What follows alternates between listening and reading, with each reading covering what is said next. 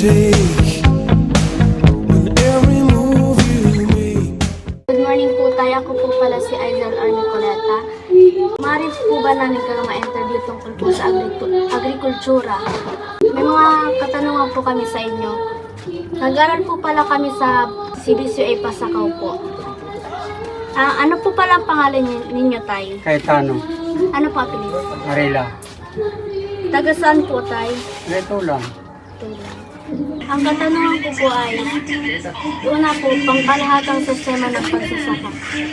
Gano'n ka na po katagal nagsasaka? Ano yun yan? 2 anos pa lang po. Ano po naging inspirasyon mo bilang para tanong po sa ano? Expert na ka-inspirasyon ko sa pagtatanong. Puro fertilizer ang dapat mungo niya, puro fertilizer. Kato rin kami nagamit fertilizer. Pwede ka po ba magbigay ng idea tungkol sa pagsasaka kasama kung gano'n po kadakulang katanungan niyo po? Tatanong mo ko, nasa lahinig lang 2 hektarya. Saan ba po tayo nag-ano? Saan po kami? Karayo po. Diyan rayo, nakalaag na ko. Ngunyan yan ako dyan. May isang sa bungad na yan. Hindi naman po kita sa background kang pagsasaka po. Anong mga pamamaraan sa pagsasaka ang pangunahing ginagamit mo sa isang sakahan po? Noong una, kalabaw. Ngunyan po, ano po inano? Landmaster, makina na. Paano nga po magpapasaya sa pagpili ng mga pananim o hayop para sa bawat panahon po?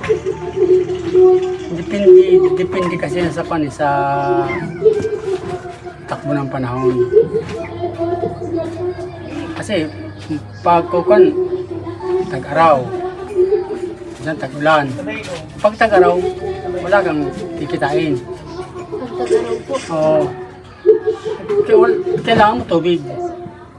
Hindi mo kita tayo sa pamahala ng pananim at lupa. Paano mo pinangangaiwasan ang pagkamatay ng lupa? Kailangan, bago bungkalin, yung mga damo, papabulukin yun. Para hindi masira yung lupa. Kasi puro pag sinisika ng tanim ng tanim, wala na makukuha ng yung palay, wala na maisip-sip na. Hindi, yung parang pagkain nila, yung gaya ng damo, pag nabulok, fertilizer. Hindi mo na kailangan mo bumili ng pang-abono. Paano mo po makukontrol ang mga pesting sumisira sa mga pananim po? Depende yan sa kuwan, depende yan sa hayop. Kasi mayroong hayop na pag nilason mo, nagagalit. Parang yung tao eh. Pakisapan mo yung pinuno nila o yung mga tao na tigilan yung tanim mo para hindi madistroso.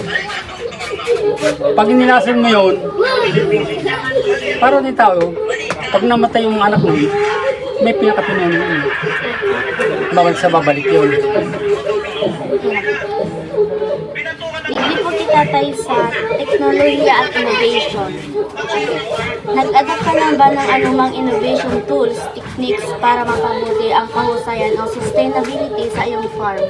Kasi pag nagtatanim ako ng palay, dinadaan ko sa parang sa Biblia. Dinadaan ko sa panahon. Ang aking kanyan sa panahon ng gagamitin ng pagtatanim. Hindi po kita tayo sa paggamit ng fertilizer. Anong mga uri ng pataba ang ginagamit at paano mo ito tinutukoy ang tamang pagdami para sa iyong mga pananim? Kasi yung abono, may triple 14, may complete. Sa complete, dapat itatama mo sa paglagay ng sa lupa. Kailangan nun may kaunti tubig. Pag walang tubig, hindi naman matutunaw yun eh. Iinit yun. Yung hindi matutunaw. Hindi po kita tayo sa sale sa merkado. Paano ka po na-apekto sa pagsasaka ay yung pagbebenta ng mga ano po? Sa presyo. Gaya ng ang bigas magkano ngayon? May higit to 5. Ay ang palay magkano lang bibili sa iyo? Minsan 10 piso ang kilo. Minsan mga 15. Hanggang doon lang. Hindi yan tataas. Pero yung bigas mas mataas. Hindi mo ka na magbinta. Hindi ko mo na lang. Bigasin mo na lang. Ano pong papel ang ginagampanan ng iyong sakahan sa lokal na komunidad? Dapat aalagaan mo yung mga tanim mo para hindi masira. Pag hindi mo nalagaan yun, para din yung patay lahat yun. Hindi po kita tayo sa mga hamon at gantimpala. Ano ang mga pangunahing hamon na kinakaharap mo bilang isang magsasaka? Ang pinaka-hamon sa akin, sa araw-araw, pabalik-balik mo sa tubigan, dapat palagi kang naroon sa tubig. Suportado mo sa tubig, yung palay mo. Pag wala ka na. Wala ka na makukuha doon. Tubig lang kailangan kasi ng palay. Pag mainit, wala ka na. Tutuyo yung palay mo. Wala kang maanihin. Mari ka bang magbahagi ng ilang kapaki-pakinabang na karanasan o tagumpay na natamo mo sa pagsasaka? Bibigay ko sa inyo. Pag binigay ko sa inyo ang karanasan ko, ibabahay ko sa inyo. Baka maituro mo nyo sa iba. Ako mawala ng karanasan. Kailangan sarili ninyo ang maranasan nyo. Sariling sikap nyo. Huwag yung aasan sa iba. Pag inasa mo yung sarili mo sa iba, wala ka. Future plan po.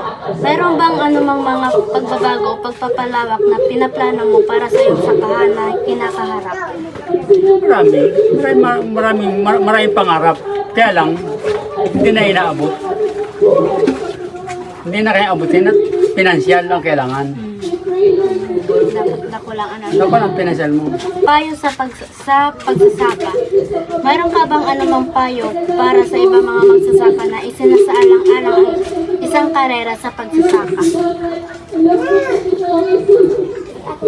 Marami kasi marami ang sa pagsasaka sa kung bawat isang magsasaka may kanya-kanya silang karanasan at pamamaraan. Hindi lahat na yung sa iyo lang. Yung sa kanila rin yun. Iba-iba. Kasi yung karanasan nila, sarili nila yun eh. Yung karanasan mo, sarili mo rin. Kung ibabahagi mo sa kanila yun, hindi naman nila kayang gawin, wala rin. Less din. Yan lang po yung mga katanungan namin tayo about sa agrikultura. Maraming salamat po. Thank you po.